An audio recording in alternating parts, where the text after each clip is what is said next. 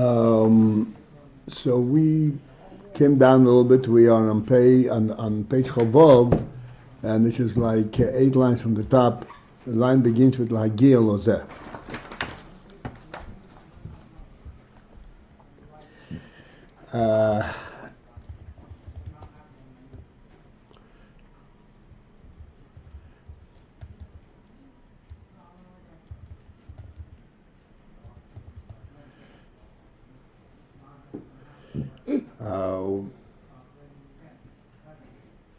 And in the general line of explaining the meaning of Torah, Torah is rooted in Etzem, but it is in Etzem HaChochma, and that's how it becomes a Tzelem. And then he said even in Atzmut itself, but even there it is, it properly can call it Tzelem. We went into extensive discussion of a principle that there could be 2 madrigas of something of an atzmius quality, and even though they're identical in terms of they are the atzmius quality, and yet there is a difference. Like the Ayin of Atik, Pnimius Abo, Pnimius Atik. That the Pnimius of Chochma is a Pnimius Atik, Mamash, and yet the way it is in Chochma, it can be reached. The way it is in Atik, it cannot be reached. And then we had this illustrated in Das. And we had a little bit of a discussion about Das, where it lends itself to better grasp and understanding. Oh, what happened? I don't know. Oh, you haven't called in. I'm sorry. Not thinking.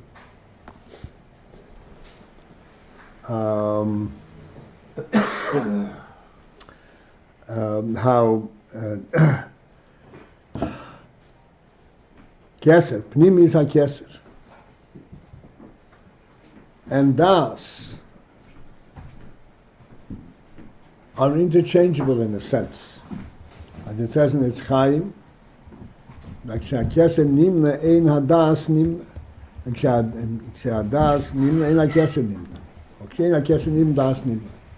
Das provides a similar support, the similar basics as Keser.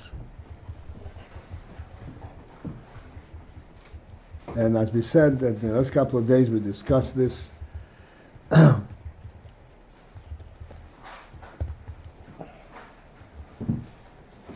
How and Das is something which is within our reach, something which we can really relate to.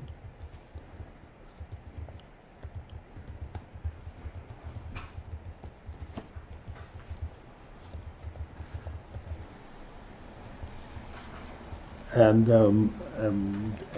yet, so even though Das and Keser are interchangeable in the sense, still there's a fundamental difference. There's a great difference between the way it is in Keser and the way it is in Das.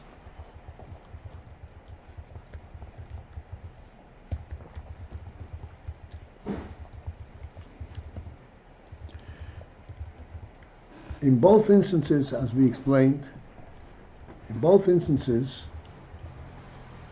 Keser and in Das, even though in Das is called knowledge, but it's not a kind of a knowledge that we have a grasp on. And we know it because we have an explanation of what we know. It is, so to speak, a subtle knowledge, and an essential knowledge, a knowledge without the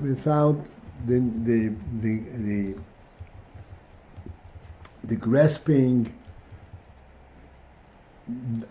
dimensions, the knowledge of an overall reality.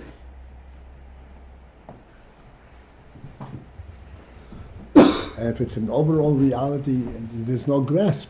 Grasp is possible only in that which has boundaries. This is a das which has a knowledge without boundaries, and that's why it approximates Yin HaKeser, Keser, which is a crown, which also surrounds, encompasses everything. And yet, the way it is in das, it lends itself to relating and to observation and to a kind of a sensing what it is more readily than in Keser, than it is in Keser.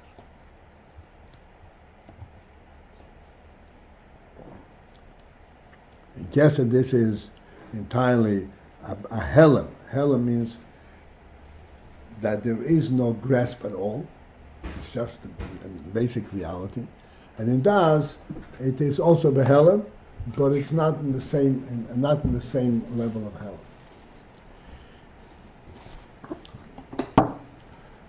So the Rebbe is giving us all kinds of examples for this. Obviously, these are very important principles, and we want to discuss a little bit and recognize the significance of these principles. This is not an academic discussion.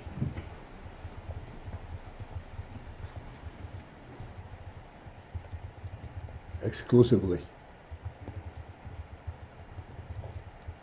In general, anything that we relate to without a logical process automatically is not academic. This is something that we know because of some faculty that we have that allows us to know it. It's not something that we know because we pursued it and we got to know it. It's not a logical pursuit. If it's logical, then we have a grasp on it. And it's not Helem. If it is Helem, that means that we have some kind of an ability to know it directly. It's Helem, we have some ability to know it. Isn't Helem saying the opposite? That it's hidden and there is not the ability to know it directly? Come on, Yaina. Oh. You wake up all of a sudden. You're talking about knowing that which is Behelem.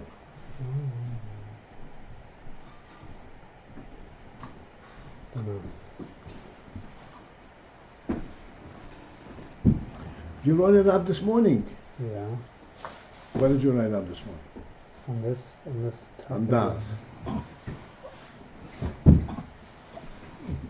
Das, how is the person's orientation? It's not information, it's his perspective. But we didn't say this morning that it's the Helem. Well, define this kind of knowledge. What kind of knowledge is this? So it's an orientation that cannot be defined and cannot really be described. So that's to say it's the Helem, yeah? So knowledge is concealed. Mm-hmm. You're talking about the essential knowledge, right? Mm-hmm. It's a kind of a subtle. It's not a knowledge that comes through research and identity. Even though it's called Das. Sometimes Bar Das, we discussed this. It's 2 days already, and now is it? Yeah. Bar Das. Yeah. Well, the question, what's the difference between Chokhmah and Das? As we Okay, discussed. maybe we'll get to that. Okay. Right now, I want that we should understand the significance of this principle.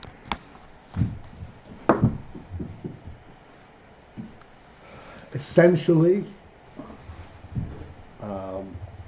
you know for sure that they are identical, but they are very closely to be identical. This which the Rambam says, that the first principle is to know that there is a first being. And that knowledge precedes Chokhmah, precedes a seichel pursuit. What kind of knowledge is it?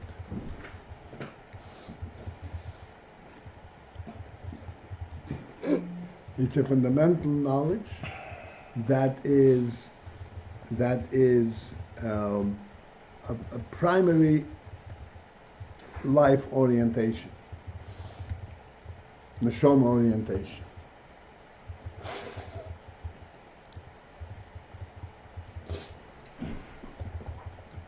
In other words, this knowledge does not originate from a state of darkness and then I discover it. This is a knowledge that is inherent in the living neshama.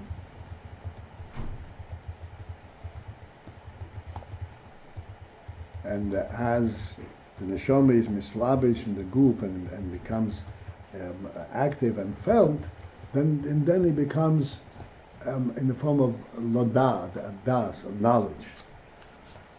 But essentially, this is not knowledge in the common sense of the word, which normally means that you have learned something and you've now defined it and found it out. This is inherent knowledge. In general, we've been discussing for years already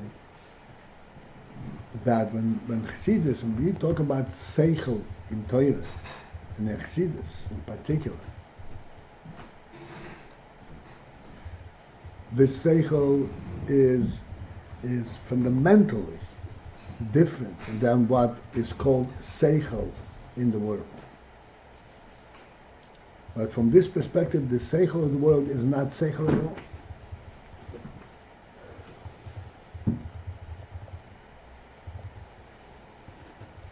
It's just identifying physical entities and their interrelationship.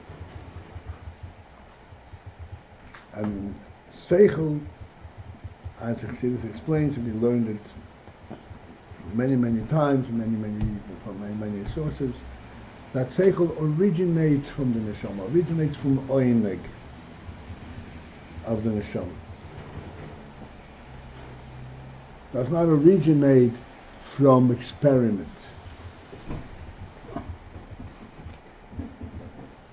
That's a completely different phase of knowledge, totally. Essentially, seichel is a means to know what the neshama knows and what truth the neshama relates to. Now, with seichel essentially deals on the neshama level rather than the guf level. And the neshama has a perspective as to what the guf is about. The guf is but a receptacle for the functions of the neshama.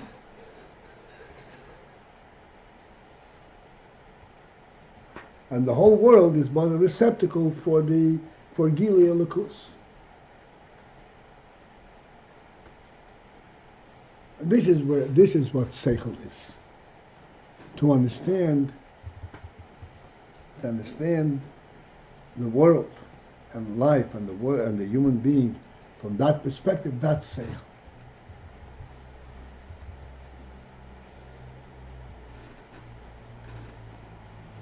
And in that there are many levels. And we said there is oineg and rotzen and so forth. Now we're talking about kesed and das.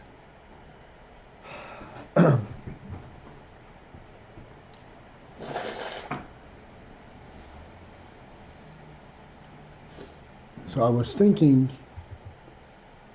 that to get...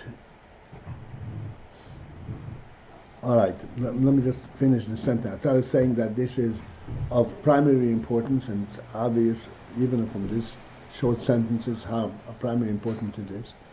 it is absolute imperative that we come to life. It's absolute imperative that we see the world and ourselves from a living perspective rather than from a physical, active, functional perspective.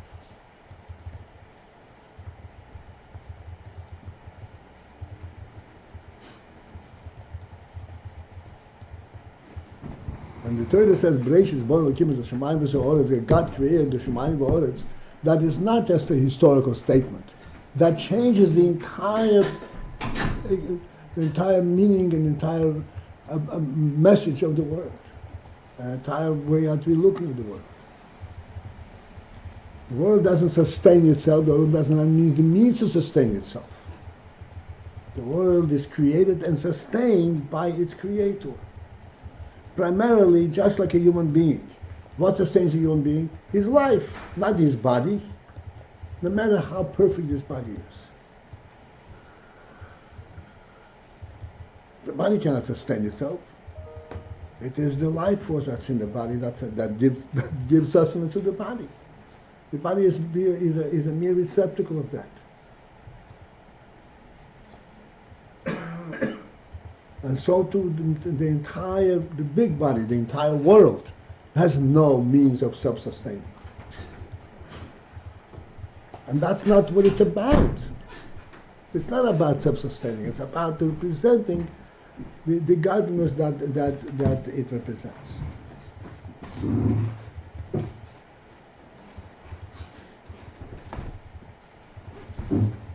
Therefore, it is important to understand that there is such a thing as kesed, there is such a thing as das. There is such a thing as knowledge in a hidden, in a subtle manner. Something that is known because I'm a human being, that's why I know it. Because I have a neshama, that's why I know it. Not because I had any kind of experiences, not because it was proven to me. I know it because I'm a human being. And that knowledge is infinitely truer than any dharanas that you can find through experiment.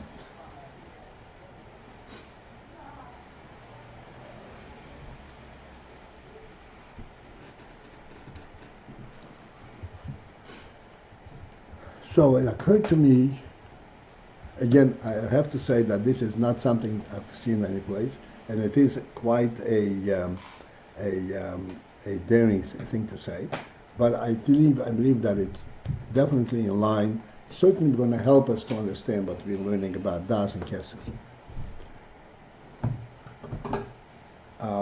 We spoke many times of a very simple phenomenon that we are oriented quite clearly and comfortably, that we can sit on a chair that's supported by a floor, that's supported by a beam, that's supported by a wall, supported by a foundation, supported by the earth.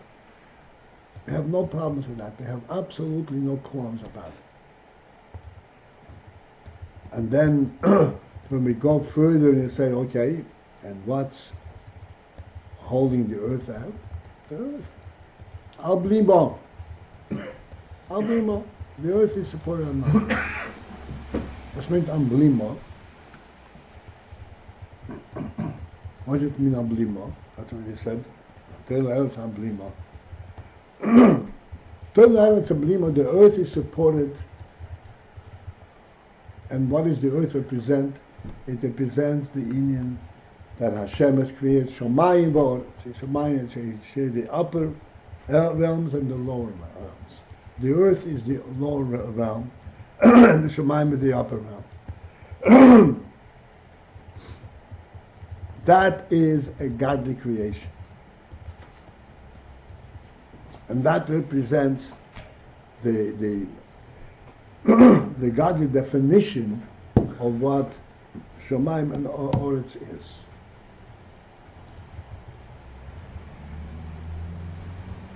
Earth is staying put, whatever it's staying put, whatever it's holding it up in its place relative to the entire cosmos, because that's where it belongs. That's where it belongs by godly definition.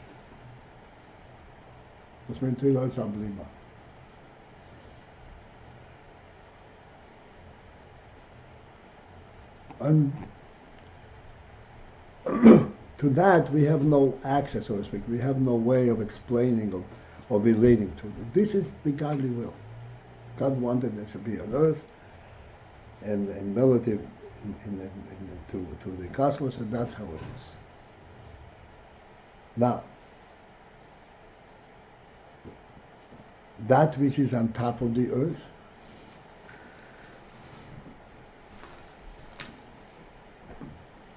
is supported by the earth, which is supported by this principle that the earth has to be in place. And then everything else that's built on top of it. So even though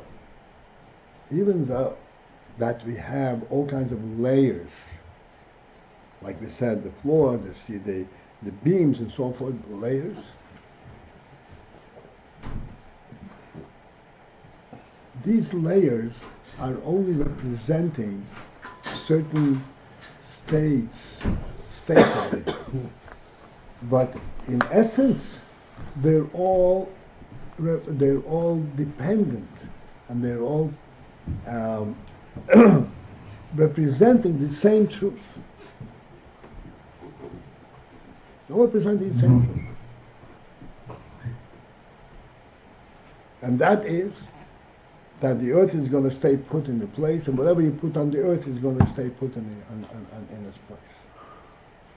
Why? Because that's the godly will in the creation of the earth. That's the definition of earth.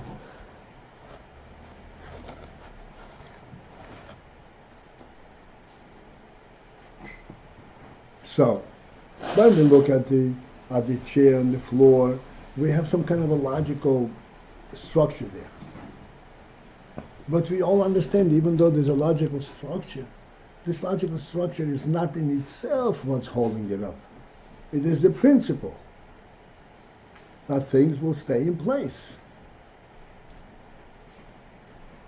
And the logical structure is simply utilizing that principle. But the real thing that's holding it up is this principle. So this principle exists at a level where it is pure principle, but the earth itself, suspended in mid-nothing. It is just a principle. Then there are knowable elements that are on the earth, that stand on the earth, that are built up and so forth. These are knowable elements which are also based on the same principle. But there, that principle comes to expression. We put one thing on top of the other thing, on top of the other thing, they all will stand. There's an expression, there's a structure to it. The principle here is that things stay where they are. The things will stay where they are, where they belong. They will stay where they belong. The reason that they stay on the earth is because the earth was meant to support them. And then we have this structure.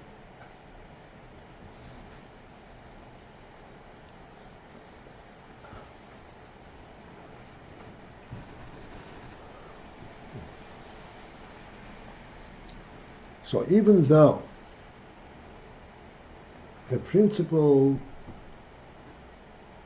that permeates the entire structure is identical to the initial principle, except here we have a little bit of a grasp on it. We have a means to demonstrate it, whereas there we do not have.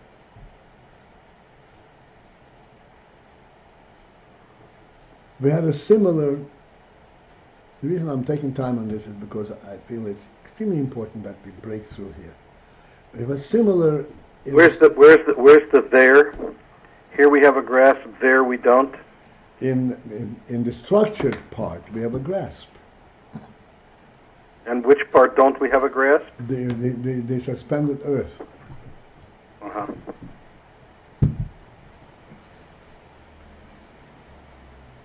We had a similar thing, which is closer to home, and again, that will require a little bit das, but we have discussed it many times.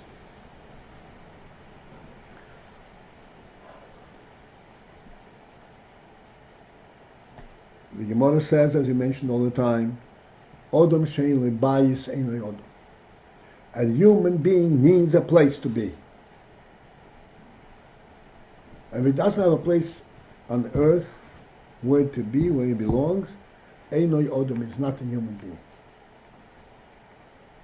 We discussed this from various angles. The principle is that a human being, his place on earth, he is not a stranger here. That's the definition of a human being. He is not a stranger here who has to make his way and secure his position. He belongs there. The earth was created for him. Not for him to rip it apart and to use for his own benefit, but for him to build it up and to perfect it. That's a quote on a pasuk. I made the earth, and Odom I created on top of it, on the earth. And the Rebbe says, Barosi, Barosi is V'gimater Taryag. That Odom was brought to be on the earth to perform Taryag mitzvahs, and this is what the whole world is about, the whole earth is about. So Odom belongs on earth. And as we explained many times, that this is a profound human orientation. That a human being has that subtle reality. That, like you say, if you were at a simcha, if you are walking into a chasana, and you're not an invited guest, you don't feel comfortable. Even though nobody says anything to you, and you don't need anything, you're not displacing anything. You don't feel comfortable. A human being feels comfortable where he senses that he belongs there. And he feels comfortable on the earth, in the world, because he belongs there. And what is the first statement that he belongs there? Is that he has a place.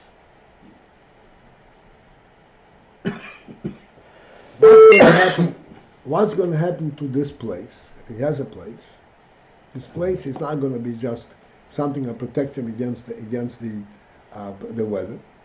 This place is going to reflect him, his activities. He's going to have, as we said, a table, a chair. He's going to have a bookcase, a kitchen. He's going to have all human ornaments, amenities. These human amenities are the further elaboration of what a home is. So when you look at the amenities, you say, I understand the person has to have a table, has to have a chair, a bed. Oh, makes perfect sense. A home is something which eludes us in terms of the principle of a home. It's something which we really have to think deeply and say, yeah, what's a home? I understand he needs a roof over his head so that the rain won't, or it's not too hot, all of these are practical things. But we say beyond that, you must have a home for the sake of having a home, a place. That's much more remote. That's like the kesed. That's like much remote from our mind, understanding. This is like a subtle understanding. This is a secret understanding. But it is a reality. It is a reality. To the extent that we say, Odom shein lebayis, ein Odom. He may be a very active person, ein Odom. He lacks in the primary definition of an Odom.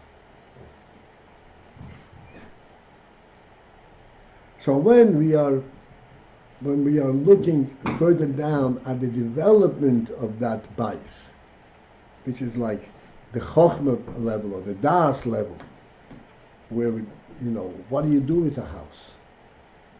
There we can more readily understand the significance of that house. can be more readily defined and grasped. Right. See, the point is this. Here is, you have to understand. We must not lose sight. It's very easy to say, oh, of course he has to have a house because he has to have a table.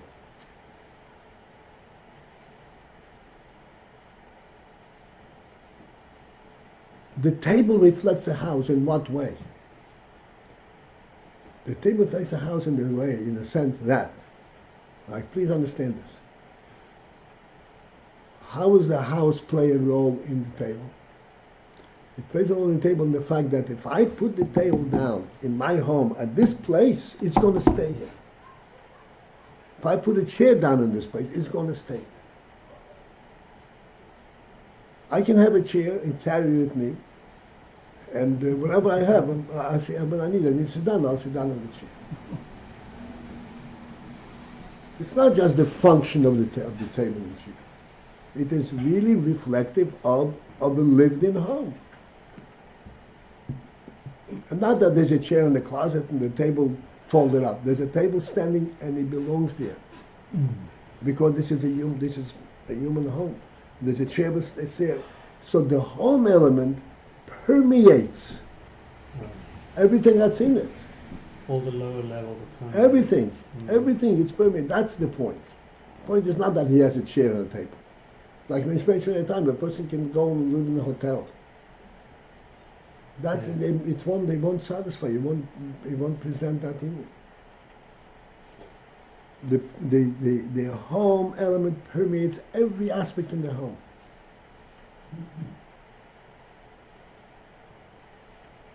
I can hang up my coat, and I know it's going to be there when I come back to it. And those lower, like, practical elements of, okay, it's a place where you get shelter and your shoes are there where you left them. This is like a distraction from the real union of what the home is. Right. This is not a distraction. This is a subset. This is all derivatives of the principle. The home is the kesser or it's the das. The home, it depends how you look at it. It will be either the kesser or the das. We can start from the kesser element. And that will be a separate discussion. At this point, you can say that the home is a kesser. The home is what relates him to the whole world. That's a kesser. Not the das that gives him a self-orientation. It gives him a place in the world. That's a kesser.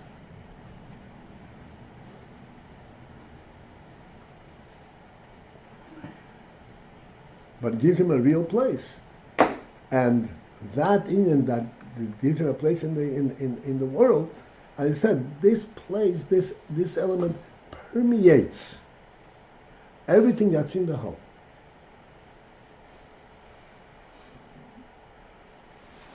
And when you say that he needs a home, in a very real way, in a subtle way, it includes all of these things. He needs a home so that he can have a place where he puts something down, it will stay there. You can put it this way. But that is already a subset of the reality. The reality is he needs a home because he has a place in the world. He has to own a part of the world. He has to have a place in the world. The fact that I can put a thing down and it will stay there, it's part of it. But that's on a functional level. But it's the same truth. It's part of it, but it's not. It's the same principle. It's the consequence. It's the same principle. It's like, you remind me of the homeless guys. You walk through the streets, they got a chair strapped to their back, they got they got all this.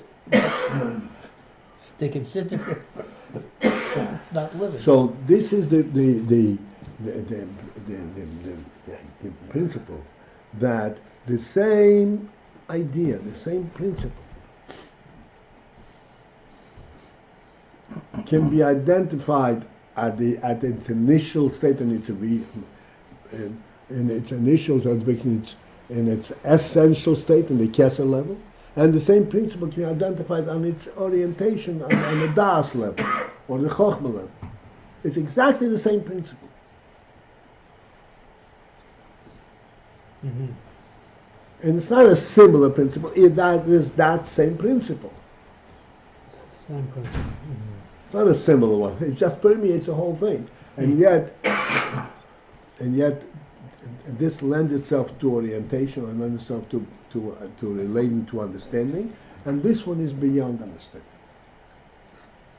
And so, as we came into this mashal, maybe just before, it was said it's very important that we have that we come to life as opposed to having a living, as opposed to having a functional perspective.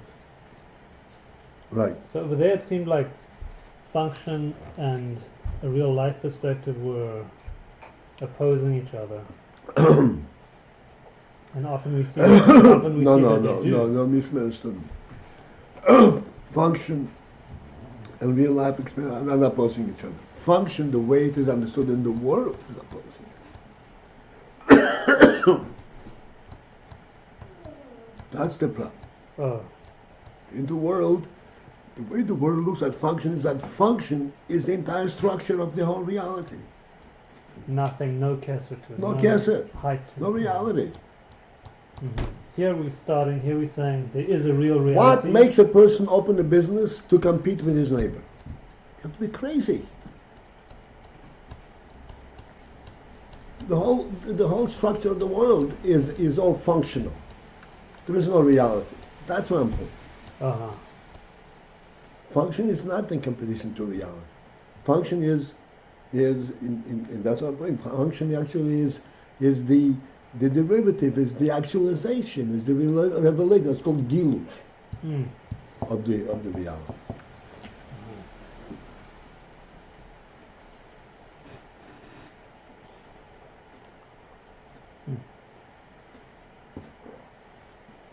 So this is on a totally different level than either Kesser or Das. You mean the functional element? Yeah. Yeah. It ultimately, like we say, Chochmah can then be reached through Bina, which is already a complete grasp. Can I ask a question a little bit from left field? You're welcome to. You're welcome we to have dismiss it. left-handed batters over here too. All right, so I missed some of this discussion leading up to this, but since we're coming to put this in the context of Das, and the way we're discussing Das, the way you described the beginning of the shir tonight, in terms of this subtle grasp, subtle awareness. Did you hear that which, the shir this morning and yesterday? No, I'm sorry. No, don't be sorry. I just want to know, because if you didn't... It's probably why I'm asking this question. Yeah. Long ago and far away in Ether, when we discussed Das, so Das there was what happened after you went through Chochmah and Bina, and you climbed up a ladder, and you actually got to the reality of whatever it was you were looking for. And then it didn't matter that the ladder didn't need to be there anymore because you were actually in the place. And this Das that we're talking about here doesn't seem to be related to a process at all. It's like a fundamental, pre-existent thing. Well, what you now quoted is also fundamental pre-existent. You get there through climbing a ladder. But once you got there, you got to something which is a pre-existing reality. You got to something which was already there. Which was already there. But this that you now get to it, this was also where we had the original discussion of the Machriya that we just came back, a few weeks ago over here. When you get to it, it's... No, the Machriya over there, this is Seichel. This is all Seichel. There we're talking about Das. We're talking about, in a certain thing, we have the Hakora element, but it's Hakora in Seichel. Over there, we're not. The emphasis is not on that. The emphasis is that he has his chokhmah bina works differently. He looks at things from a different angle. Over there, Let's not. meaning? Yeah, let's by the that's a machriya. Let's not mix everything together. Okay. Let's just. Okay. What I explained about you, what you missed, I just want to say very simple, and then Yep. I'm sure it won't hurt to repeat that. Das, even though the word das means knowledge, but it's not knowledge in the common sense of the word that this is a piece of knowledge that I have stored away in my memory and I can recall it when I need it.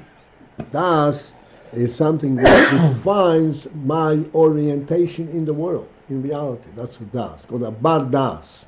What's a bar das? A bar das is a person who relates to everything responsibly and with consideration. And before he acts, he considers what's the right way to act. He doesn't act knee-jerk and spontaneously, without consideration, without judging what's the right way. Why? Because he is oriented and that there is a reality. There's a real consequence, real meaning to life and to the world. That's my about das. And this knowledge is a constant knowledge. It's called knowledge or awareness, but it's not an awareness that you have to start thinking, okay, am I supposed to act appropriately or inappropriately? Am I supposed to act like an animal or like a human being? It doesn't go through that process.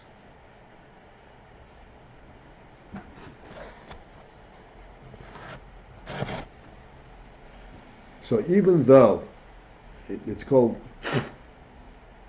das, knowledge, so let us take a very simple example. Again, on a simple human level. A child is reared in an appropriate manner, and as the child is growing, the child is shown how to act and behave like a human being. To start with is simple, normal, natural activities, cleanliness, how you eat, how you sit, and how you talk, and so forth. Okay? And I point out all the time, these are not training elements, these are learning processes reveal the human quality in the child. As the child grows and is exposed to higher and broader elements in life, his das and orientation of the human value grows. But it's not first acquired, it grows out. And he grows because he is a human being, and he's shown how to grow and understand the world from a human perspective. So there is an element of das, in the sense that he finds out, but he doesn't find out the principle. He finds out how to apply the principle.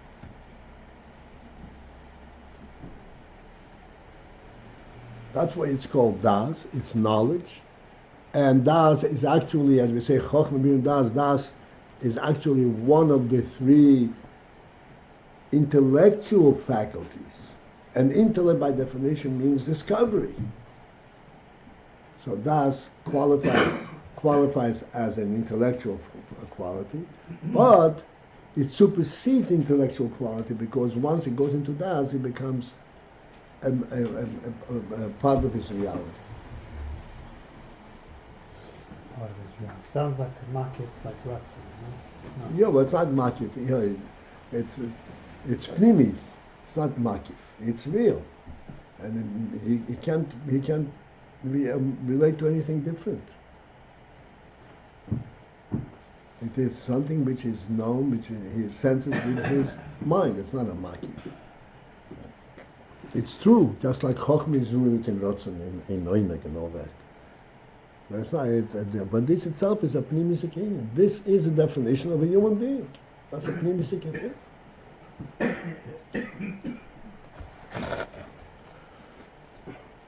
So, but the Rebbe is pointing out is that although the Das and the Kesed are similar statements, there's a difference the way that statement is found in the Kesed, and then versus that same statement in the Das. And we pointed out, it means that one way to identify and to define the difference is that when it's in Das, there's already what goes into it. Like we said, a man needs a home. Anybody say no. And then there is the functional element of the home. It's exactly the same thing, but there is something there.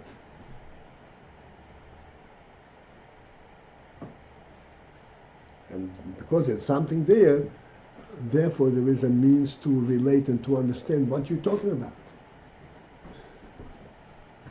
There's something there. It's the higher level is made manifest. That's right. And again, this is a repeat, but it's very easy. I must repeat because otherwise, I'm sure that we're losing it. It's not that there is a table there, but that the table is in place. That's what makes a home a home. Not that the table's there, but that it's in place.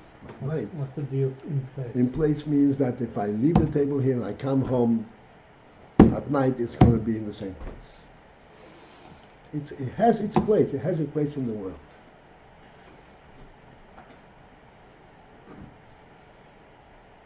What I wanted, that's where it's going to stay. Where the person needs it, where the human being needs it, that's where it's going to stay. The reason, the principle of home, again, is a sad place that belongs to this person. That's made a home. And therefore, all his needs have a similar place.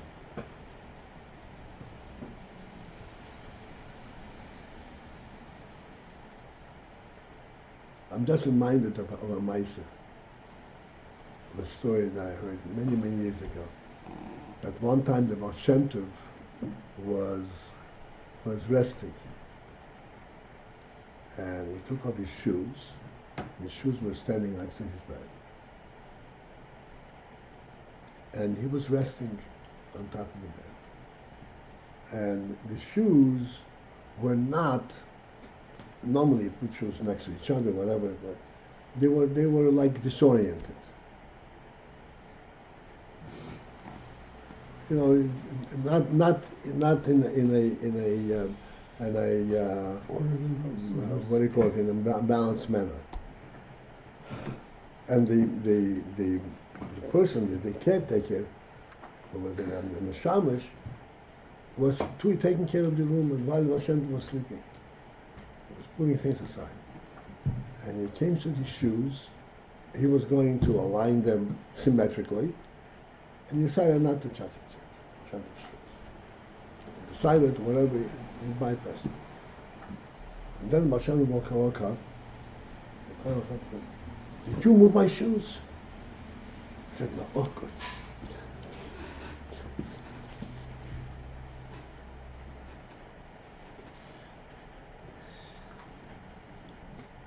You gave him a bracha also. Gave him a bracha, right? So the shoes are supposed to stay where they belong.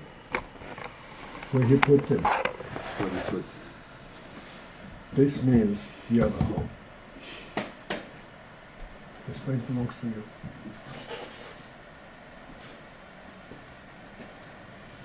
All right.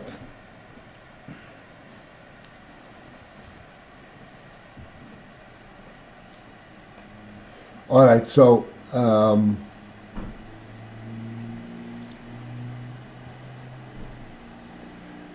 okay, good. So having said that, we can continue inside. Actually, I'd like to start after the parentheses. It's actually 6 lines from the top. The line begins Eliana. This that the Hebrews to put the world where it is.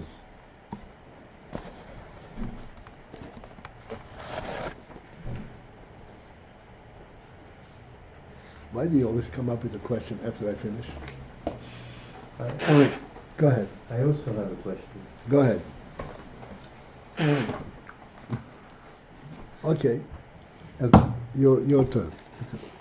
What? Okay. I just want No, to no, know it's fine. Go ahead. Go ahead. No, never mind. So I didn't finish. It's okay. how is this in reference to Das and Kesser? Okay. Here is an important thing. I spoke about it many times, perhaps not clearly enough. Don't drop your voice, Rabbi Paltiel. This answer to Akiva is critical here. Yeah, absolutely. Yeah. We walk the earth, and we go upstairs, and we sit in homes, and we do all kinds of different things. And everything has its particular structural definition as to what makes it stand. Okay, we go up 100 stories, 110 stories high into the air. Yeah, it was built according to rules and engineering principles, and we can trust it. Now, that is true. Practically speaking, it has to be built properly, and if it's not built properly, then of course it's a dangerous structure. But even when it is built properly, the principle that we are actually relating to, not relying, but we're relating to, is that the earth is a solid place because God defined it as a solid place, and that things on the earth have their place, and they will stand solidly because that is the way the world was meant to be. In other words, when you stand on this floor, you do not relate to the beam that's supporting this floor. You relate to the fact, yes, of course, things are going to stand the way they should be. And we go up on the 100th floor, we don't even think in terms of, what's holding us up. We hold up by the way, because that's the way. And there's a godly reality that says things will stand if you make them right. Like we said in the Posuk in Tehillim, if Hashem lo yivna bayis, shom of shalom u'beinu bay.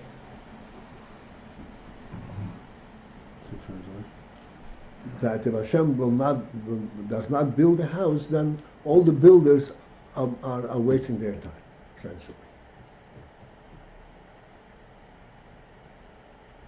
But the builders still have to build the house right.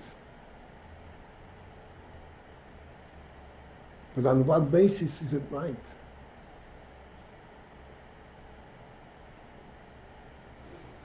On the basis that there is a reality in the world provided for this. And this is what our orientation is. That's the important thing. We discussed it at Redland, and I pointed out, I don't remember exactly how the discussion went. I said, look, how many times do you get up from your seat, take a look if the beams are still holding the floor?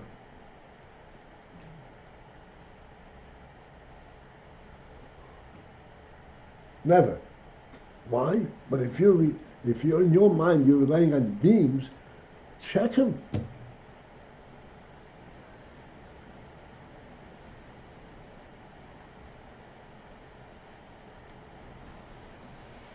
You check your tires.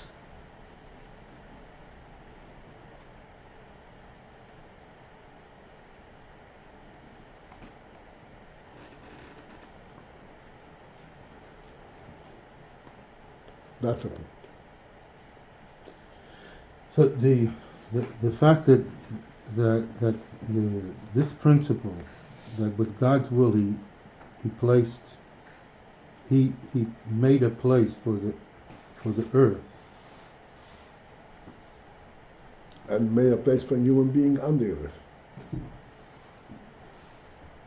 with this principle in mind, then everything else that everything else that occurs, all of the layers, all of our own personal layers, they're Yeah.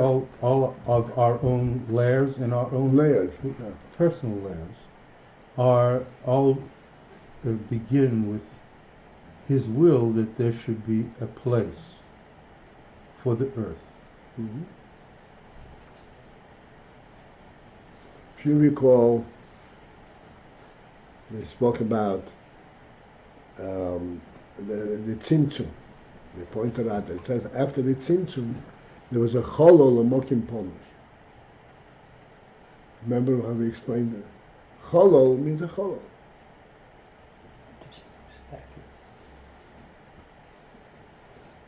Cholol means that if anything exists in the Cholol, it has to exist, so to speak, at its own risk. It's not really provided for. It's not really an invited guest. You want to be there, secure your own place. Mokim Pono is a different story.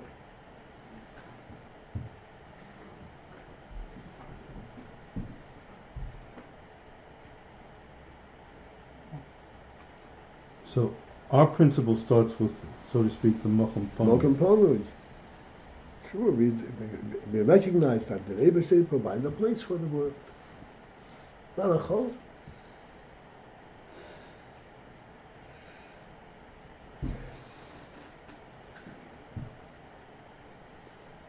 I still owe Baruch a little, a comment about Cholol being first, and that's, I'm still delaying that. Yeah, but in the meantime, that place over there on Troy and President is still buildable space. Okay, well that's Mokim Pono, that's not Cholol. Oh no, and you could see the difference if you look at that space, and nobody's buying it yet, but it's there. Okay. Mark doesn't want to walk far.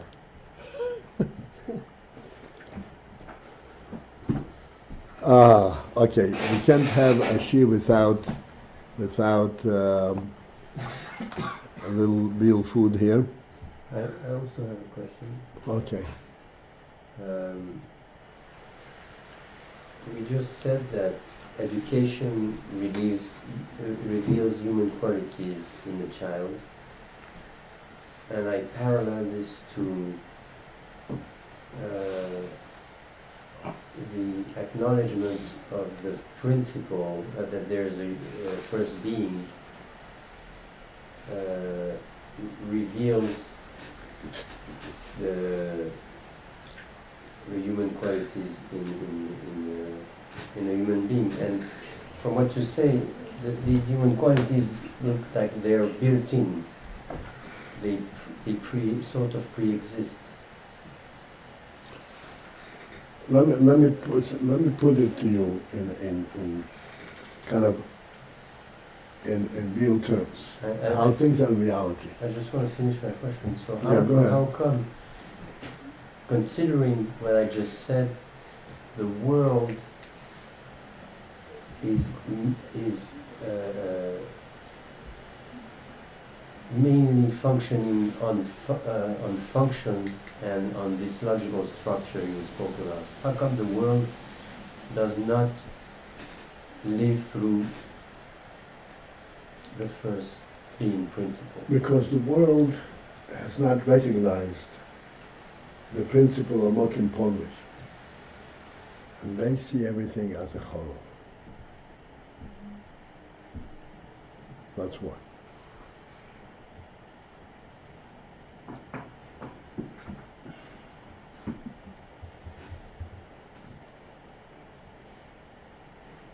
But it's amazing that it's the majority of the population based on that mode. It doesn't make sense. The majority of the population that goes on this mode today are those who were trained to think in that mode.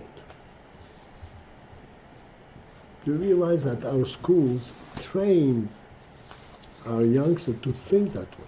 Our youngsters do not initially think that way.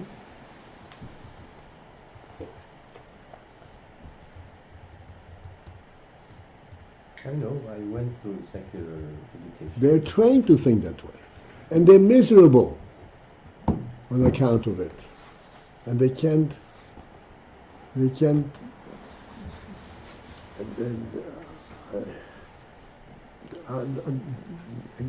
whittle out of it.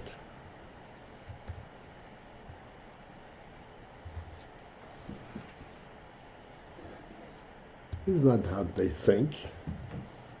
Not how they think at all.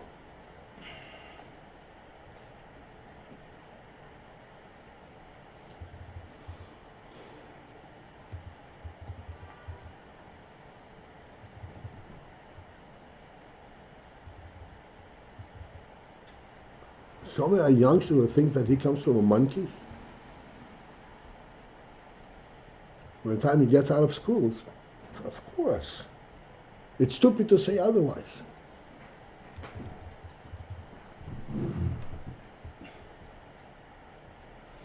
He became a monk. He became a monkey.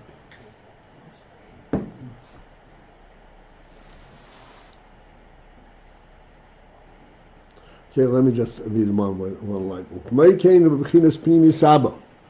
The similar thing as we have identified in Keser and Das, that there is the same inyan at a higher and lower level, so to speak, exactly the same, but there's still the difference in how that,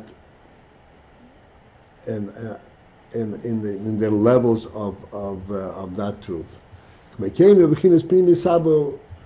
same thing is when talking about Pnimi Saba, the Pnimis of Chochmah. Shehuk by Pnimis Atik, which is like the Pnimis of Atik, and we call Mokum yet still. Kasher Bo Bebchinas HaChochmah, when the Pnimis Atik comes into the Bechin of Chochmah, Yechoylem Lahagir Lozeh. It is possible to reach to it. It means it's possible to orient yourself and to have a sense of it. Whereas the way it is in Pnimis Atik, you can't reach to it. Okay, this is it for this evening. And Gute Nacht, Rabbi Paltiel. The Fabringen is at Shabtai Siegel's home at 910 Eastern Parkway between Albany and Troy. Surely you're going to send out an email to that effect to Yeah, everybody. somebody know the level in the building? He said when you walk in. To remain on this call, press 1.